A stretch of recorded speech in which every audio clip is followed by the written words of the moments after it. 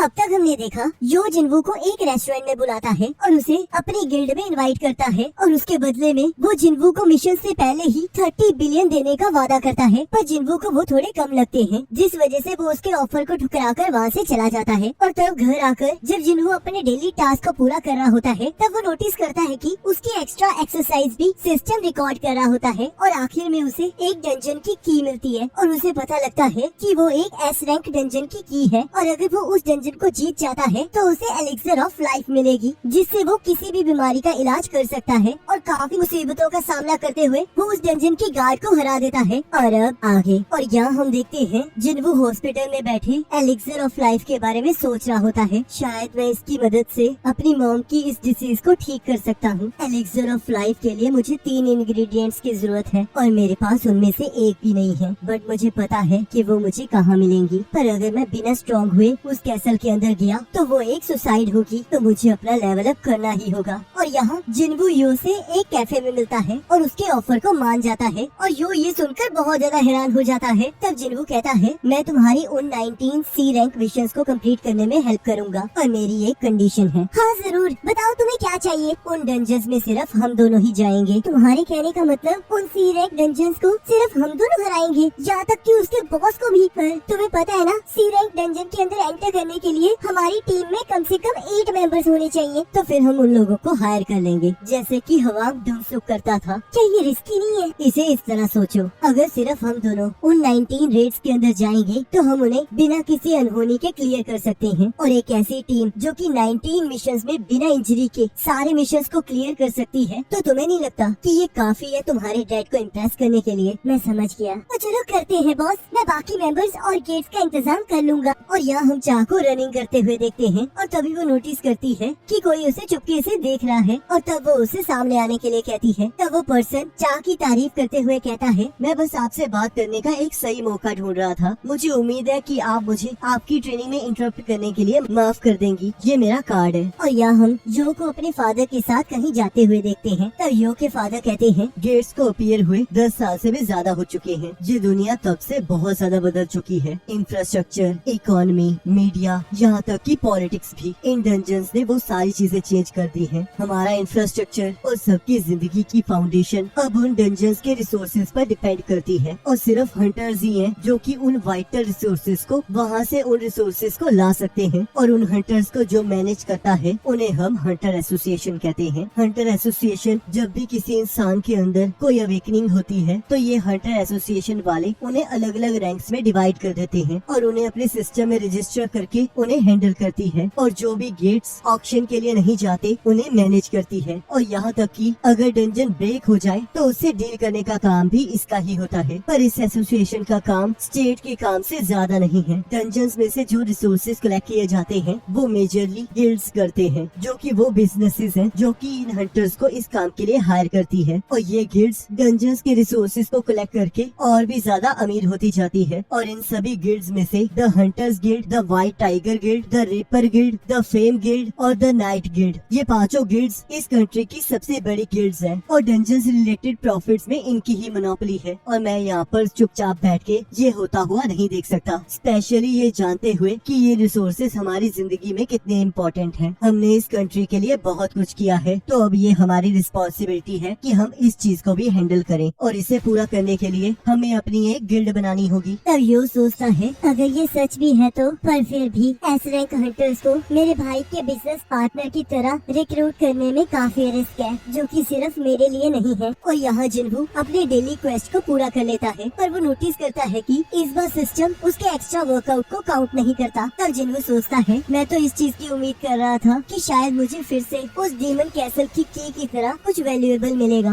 और रुको, शायद रेगुलर रैंडम लूट बॉक्स में से मुझे कोई की मिल जाए। और तब जिन्वू देखता है उसे उस रैंडम बॉक्स में से बिंगो मिलता है, जिससे जिन्वू उदास हो जाता है। तब जिन्वू अपने स्टैट्स को देखता है, अब इन 3 पॉइंट से मेरा कुछ नहीं होने वाला, इस तरह तो मैं जल्दी से लेवल अप नहीं कर पाऊंगा। पर मुझे सी रैंक डंजन्स में जाने के लिए यो का वेट करना होगा। पर रुको, शायद अगर मैं उस पेनल्टी जोन वाले सेंटीपीड से लड़ूं तो मे भी मेरा लेवल अप जल्दी हो जाए। पर रुको, मुझे नहीं लगता इसका कोई फायदा होगा, क्योंकि इस चीज की कोई गारंटी नहीं है कि मुझे इससे कोई एक्सपीरियंस पॉइंट मिलेंगे। और तब जिन्वू को हंटर एसोसिएशन की तरफ से डी रैंक डंजन के अंदर जाने की रिक्वेस्ट आई होती है। तब जिन्वू सोचता है ये मैसेज तो हंटर एसोसिएशन की तरफ से आया है, पर इसका मतलब मैं अकेले नहीं लड़ पाऊंगा। क्या मुझे मना कर देना चाहिए? पर मेरे ख्याल से ये कुछ ना करने से तो अच्छा ही है। तब हम यहाँ देखते हैं सॉन्ग का स्टूडेंट सॉन्ग से कहता है, मास्टर मैं आपके सामने कुछ भी नहीं हूँ। मैं बस तुमसे पिटने के लिए तैयार नहीं हूँ। ये तो बहुत शर्म वाली बात है कि मैंने ये सोचा कि मैं आपको हरा सकता हूँ। तुम्हें अभी भी चिंता होती है? अब तो मुझे अपने हाथ को खोए हुए कितने महीने हो चुके हैं। और तभी सॉन्ग को भी डी रैंक डंजन में जाने की रिक्वेस्ट आती है। तब वो स्टूडेंट कहता है, मास्टर क्या आपको नहीं लगता कि अब आपको रिटायर हो जाना चाहिए? और तब सॉन्ग को वो टेम्पल याद आ जाता है। तब वो कहता है, तुम्हारी बात में दम है। वैसे भी एक बूढ़ा आदमी जो कि अपने एक हाथ को खो चुका है, वो दूसरों की क्या ही मदद कर पाएगा। तब उसका स्टूडेंट कहता है, सर मेरा ये मतलब नहीं था। तब सॉन्ग कहता है, मैंने चाहे अपना एक हाथ खो दिया है, पर मैं उस दिन बच गया था। मैंने अपनी जिंदगी के अच्छे दिन जी लिए हैं, पर अब मैं अपनी बाकी बची हुई जिंदगी में सोसाइटी में कुछ कंट्रीब्यूट करना चाहता हूँ। तब हम यहाँ किम को अपनी फैमिली के साथ देखते हैं, जिसे नेक्स्ट रेड में जाने की रिक्वेस्ट आई होती है। तब वो इसके बारे में अपनी वाइफ को बताता है। तब उसकी वाइफ कहती है, हनी क्या आपको नहीं लगता कि आपको इस हंटर की जॉब को छोड़ देना चाहिए? और ये तो काफी डेंजरस भी है। क्या आपको लास्ट मिशन याद नहीं है? उस रेड के दौरान वो सारे लोग मारे गए थे और सिर्फ तुम ही बचे थे, सही कहा ना? तब किम हाँ कहता है और अपनी बच्ची को उठाकर कहता है,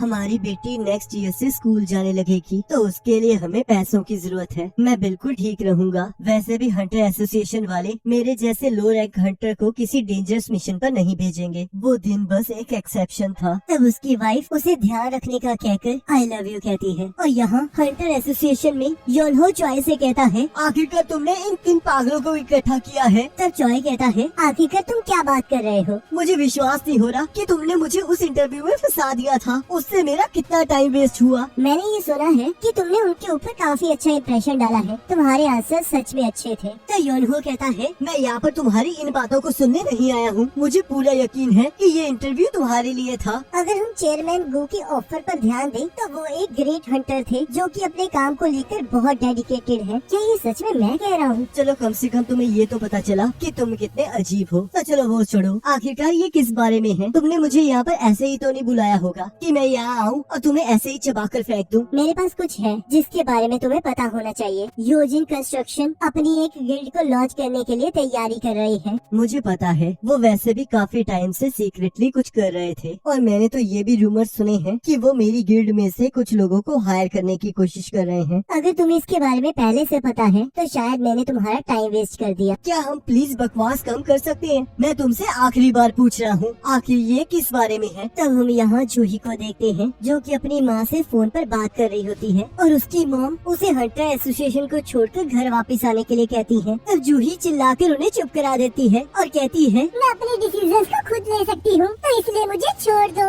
और फोन को काट देती है। तब वो रोते हुए कहती है, क्या मैं सच में उनके रास्ते में आ रही हूँ? मुझे थोड़ी और कोशिश करनी चाहिए। और तब हम देखते हैं जूही को भी हंटर एसोसिएशन की तरफ से डी रैंक डंजन में जाने की रिक्वेस्ट आती है। तब यहाँ चा चॉय के पास जा रही होती है और उसे रास्ते में यूजिन दिखाई देता है। तब चॉय कहता है, तो हंटर चा मैं आपकी कैसे मदद कर सकता हूँ? जब मैं ट्रेनिंग कर रही थी तब मुझे यूजिन कंस्ट्रक्शन की तरफ से एक पर्सन ने अप्रोच किया था। वो शायद एक न्यू गिल्ड लॉन्च करने जा रहे हैं और वो चाहते थे कि मैं उनकी गिल्ड की मास्टर बनूं। तब चॉय कहता है, अगर तुम मुझे ये बता रही हो तो इसका मतलब तुमने उन्हें मना कर दिया है। तब चा हाँ कहती है। तब चॉय उसे ये बात बताने के लिए थैंक यू कहता है। मैंने रास्ते में प्रेसिडेंट योनहो को देखा था। आखिरकार आप दोनों क्या बात कर रहे थे? और तब हमें योनहो और चॉय की बात दिखाई जाती है। तब चॉय कहता है, तुम जेजू आइलैंड के बारे में क्या सोचते हो? Jeju island? आखिरकार तुम उसके बारे में क्यों पूछ रहे हो? जब से वो रेड फेल हुई है तब से उस आइलैंड को सील कर दिया गया है और बस दूर दूर से ही उस पर निगरानी रखी जाती है और हर साल लोगों को वहाँ की एक अपडेट दी जाती है। लोग उस आइलैंड और उसके डर को भुलाने की कोशिश कर रहे हैं। पर क्या तुम इसके लिए उन्हें ब्लेम कर रहे हो? चाहे गेट्स मेरे लिए जितने मर्जी कॉमन बन जाएं और चाहे इंसान के अल्टीमेट वेपन के तौर पर मेरी जितनी भी तारीफ की जाती हो, और मैं फिर भी उस आइलैंड को नहीं भूल सकता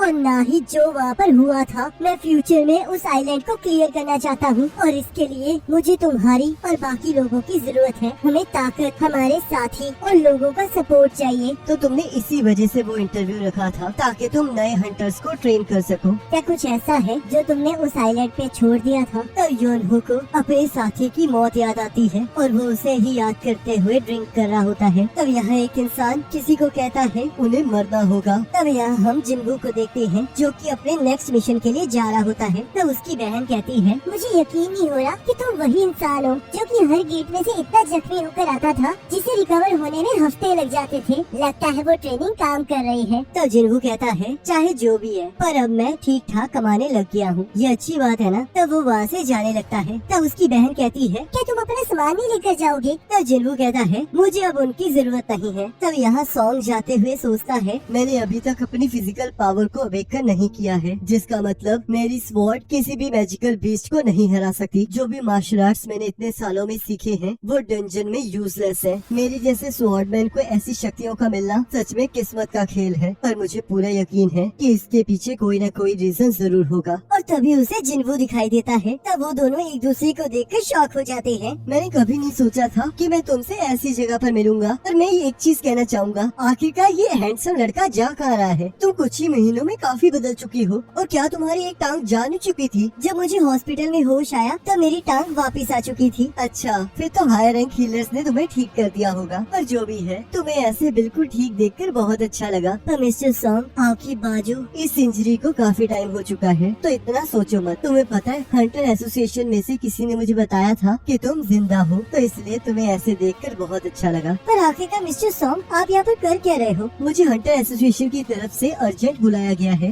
क्या आपको भी बुलाया गया है? और तो वो लोग एक डंजन के पास पहुँचते हैं और तब वो दोनों नोटिस करते हैं कि कार्टन टेम्पल के सारे सर्वाइवर्स वहाँ पर प्रेजेंट होते हैं। तब सॉन्ग सोचता है, उस दिन हमने अपने आप को बचाने के लिए जिन्वू को सैक्रिफाइस किया था। किम ने जो भी किया, मैं उसके लिए उसे दोषी नहीं ठहरा सकता, क्योंकि उसे मेरा सामना करने में शर्म आएगी। पर जो भी है, उस दिन के 5 सर्वाइवर्स आज दोबारा से मिले हैं। तब यहाँ जूही जिन्वू को देखकर बहुत खुश हो जाती है और कहती है, जिन्वू, क्या ये तुम हो? तुम तो बिल्कुल डिफरेंट पर्सन लग रहे हो। तुम तो काफी लंबे हो चुके हो और तुम्हारा तो पैर भी ठीक हो गया है। लगता है जब से मैं तुम्हें मिलने आई थी तब से तुम ठीक हो। कि तुम मुझसे मिलने आई थी? तभी हम देखते हैं एक गाड़ी उनके पास आकर रुकती है। तब उस वैन में से कुछ क्रिमिनल्स बाहर आते हैं और वो जूही को छेड़ने लगते हैं। तब वो क्रिमिनल कहता है, क्या तुम दोनों जोड़ा जोड़ी हो? तुम्हें तो हमारे साथ खेलना चाहिए। तब कैंग उन्हें चुप कराता है और कहता है, तुम लोग छुट्टियों पर नहीं आए हो। तब हंटर एसोसिएशन की एक लड़की कहती है, ये कुछ कैदी हैं जो कि आज के मिशन में आपका साथ देंगे। तब सॉन्ग कहता है, क्या हम लोग क्रिमिनल्स के साथ मिलकर लड़ेंगे? ये चाहे क्रिमिनल्स हैं, पर ये यहाँ पर अपनी सजा को कम करवाने आए हैं, तो इसलिए ये लोग यहाँ पर कोई परेशानी खड़ी नहीं करेंगे। हमारे पास इस जगह पर हंटर्स की कमी है, तो मुझे उम्मीद है आप समझोगे। और इस मिशन में आपके साथ कैंग भी जाएगा। वो एक डी रैंक हंटर है और वो इतना ताकतवर तो है ही है कि वो वर्स्ट केस में भी 3 सी रैंक क्रिमिनल्स को इजीली हैंडल कर सकता है। तो जिन्वू कहता है, मुझे नहीं पता कि ये अच्छा आइडिया है, पर जूही तुम्हें इस रेड में हमारे साथ नहीं आना चाहिए। पर जिन्वू, तुम्हारा क्या होगा? मैं जा रहा हूँ। तो फिर मैं भी जाऊंगी। मैं समझ गया। तब क्रिमिनल्स फ्री होकर बहुत खुश हो रहे होते हैं और वो कहता है कि हम लोग यहाँ पर नौकर नहीं हैं। तब कैंग कहता है, चुप कर जाओ बदतमीजों, तुम्हें पता है ना कि अगर तुमने अच्छे से बिहेव नहीं किया तो तुम्हारे साथ क्या होगा। तब वो जिन्वू और सॉन्ग के पास आकर कहता है, मैं Kang, Hunter association surveillance team का इंस्पेक्टर, मैं उन्हें संभाल लूंगा, तो तुम रिलैक्स हो सकते हो। तो मुझे ये बताओ कि आज की रेड का लीडर कौन होगा? तब सॉन्ग कहता है, जिन्वू, क्या तुम्हें कोई प्रॉब्लम तो नहीं होगी अगर मैं लीड करूं? मुझे इससे कोई प्रॉब्लम नहीं है। तब सॉन्ग जिन्वू के सामने अपना सिर झुकाते हुए कहता है, शुक्रिया मुझे एक चांस देने के लिए। उस दिन 7 लोग मेरी वजह से मारे गए, मैं वहाँ पर किसी को नहीं बचा पाया। उस दिन हम सिर्फ 6 लोग ही बचे और वो भी सिर्फ तुम्हारी वजह से। दूसरों के लीडर होने के तौर पर मुझे ये कहने दो कि मैं तुम्हारा बहुत शुक्रगुजार हूँ। मिस्टर सॉन्ग, आपको ये कहने की जरूरत नहीं है। तब सॉन्ग किम से कहता है, क्या तुम्हें मेरे लीडर होने से कोई प्रॉब्लम तो नहीं है? तब किम कहता है, चलो आगे बढ़े। तब कैंग जिन्वू को घूर रहा होता है। तब सॉन्ग कैंग से कहता है, तो इस डंजन की लीड को मैं संभालूंगा। तब कैंग कहता है, तो चलो फिर चले।